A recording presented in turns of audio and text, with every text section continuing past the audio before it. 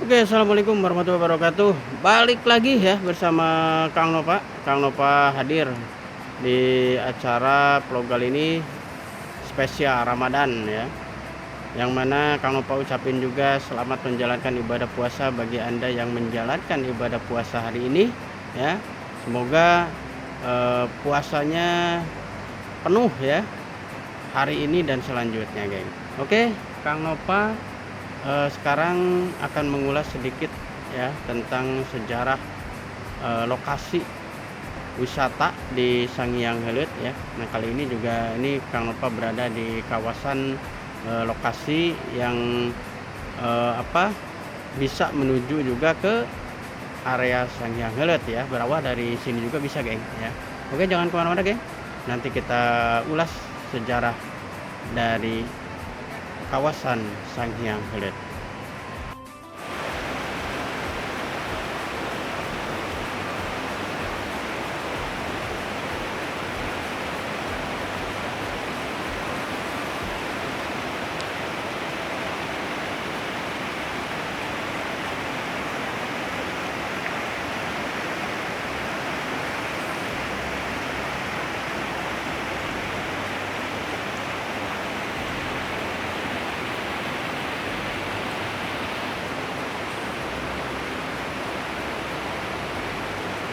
Nah, tampak di depan ya, itu bisa juga menuju area Sanghyang Heuleut ya.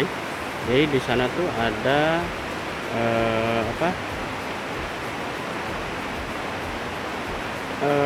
apa ya namanya tuh, jalan setapak ya yang di depan itu.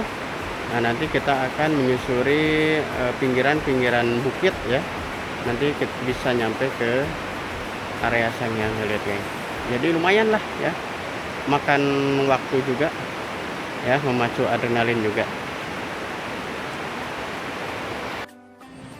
Oke, sekarang Kang Nova mau bahas sedikit asal mula Sanghyang Heuleut ya, terus juga mitos-mitos apa ya yang berada di Sanghyang Heuleut. Jadi begini ceritanya, geng ya. Mohon maaf sebelumnya, saya minta izin ya. Mudah-mudahan pemaparan kali ini bisa sesuai ya. Terus apabila tidak sama dalam penyebutan tempat ataupun nama gelar, mohon maaf, Kang Nova cuman membahas atau memberikan sedikit ilmu ya, atau membagikan ilmu pengetahuan, mudah-mudahan jadi ilmu yang bermanfaat gitu, geng ya. Nah, ini Sanghyang Heuleut ya. Jadi awalnya ini aliran sungainya itu memang dari pegunungan asli ya di kawasan Bandung Barat ya, yang mengalir ke daerah sini, ke sini ya. Nah, terus juga dari ada juga yang mengatakan bahwa ini dari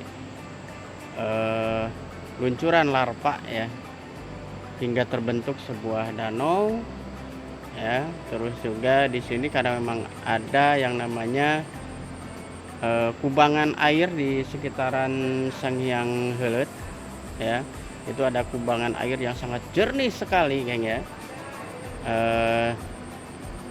Kalau dilukiskan itu airnya cukup jernih ya, terus juga adem ya. Memang bisa dibilang itu yang namanya surga tersembunyi, geng ya. Nah, terus juga Kang Nova akan sedikit bahas ya. Ini sambil kita lihat pemandangannya ya. Kita akan coba membahas sedikit tentang Sanghyang Heuleut kembali ya. Oke, geng. Yang namanya Sanghyang Heuleut ya, ini sangat identik dengan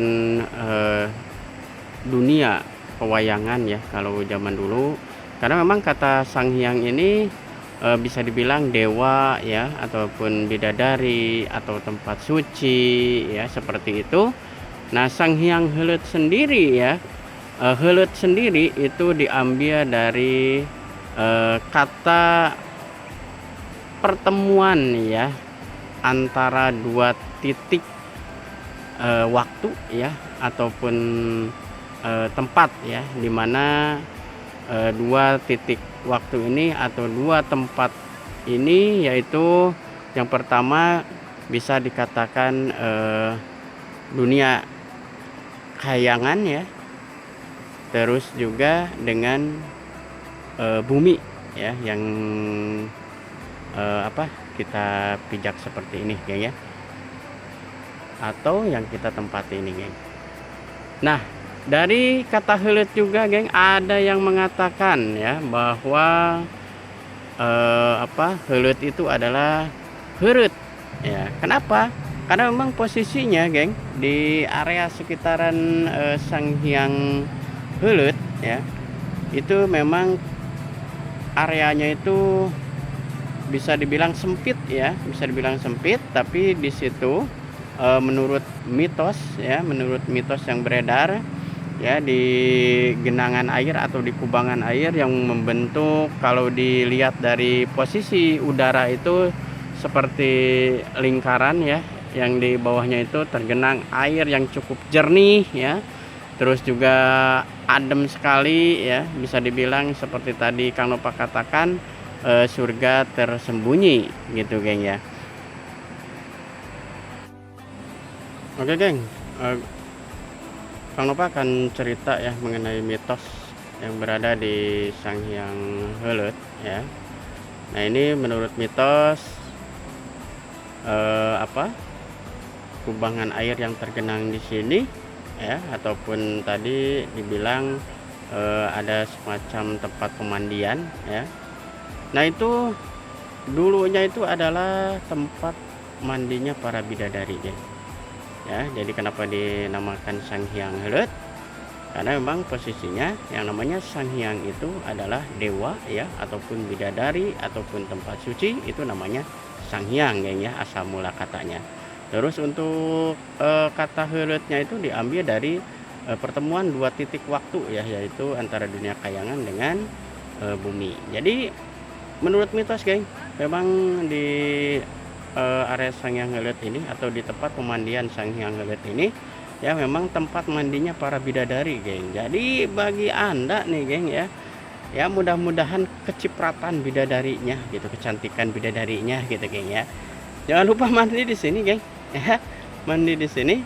Mudah-mudahan Anda begitu cantik alami ya, menjadi cantik alami ya, bukan hanya cantik lahir tapi juga cantik batin juga ya gitu ya. Jadi Anda datang aja ke sini ke Sang Hyang Heuleut geng.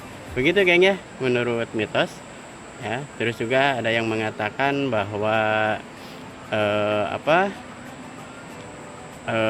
dibilang tempat ini adalah tempat suci juga, yang mungkin pada waktu saat itu para Sang Hyang ya, atau sesepuh kita ya, atau bisa dibilang dewa dari kayangan ya, itu juga tidak menutup kemungkinan semedi di tempat ini juga geng ya. Jadi sedikit mengulas seperti itu. Jadi kami simpulkan ya, yang namanya Sang Hyang Heuleut itu, Sang Hyang itu adalah dewa ya. Kalau untuk kata heuleut ini, ada yang mengatakan orang Sunda itu heureut ya. Kenapa bisa dibilang heureut ya atau heuleut? Karena memang posisinya daerah sini cukup sempit sekali geng ya, di area Sang Hyang Heuleut ini memang cukup sempit sekali, tapi indahnya luar biasa. Makanya dikatakan oleh orang-orang ya, ataupun para wisatawan yang datang ke sini adalah surga tersembunyi di kawasan Bandung Barat gitu geng ya. Oke, nanti kita lanjut lagi geng ya. Kita akan naik dulu ke atas ya, karena memang posisinya sudah terlalu sore geng. Oke, untuk masalah penyebaran agama Islam di sini sangat kental sekali geng ya, dimana tadi menurut informasi yang Kang Nova dapatkan, di daerah sini itu terdapat pesantren-pesantren juga yang sudah lama ya dibuat ya, sekitar 30 tahun ataupun 40 tahun yang lalu ya. Jadi sangat jelas sekali ya di sini untuk unsur agamisnya sangat kental sekali geng. Terus juga Kang Nova dapat informasi juga ya, khususnya untuk di daerah Bandung Barat ya, terutama Saguling ya. Saguling itu memang di situ banyak sekali juga ya pesantren-pesantren yang dibuat ya dari dulu ya, sehingga menciptakan santri-santri yang cukup berkualitas tinggi ya untuk membentengi tali ukhuwah Islamiyah di antara umat beragama, khususnya umat Islam, geng ya. Jadi itulah pemaparan dari Kang Nova ya, semoga bermanfaat pemaparan dari Kang Nova. Terima kasih semuanya. Salam untuk para subscriber Kang Nova ya. Terima kasih atas dukungannya, terima kasih atas kesetiaannya, selalu mendukung channelnya Kang Nova. Kang Nova pamit. Wassalamualaikum warahmatullahi wabarakatuh. Sampai ketemu lagi geng di vlog selanjutnya.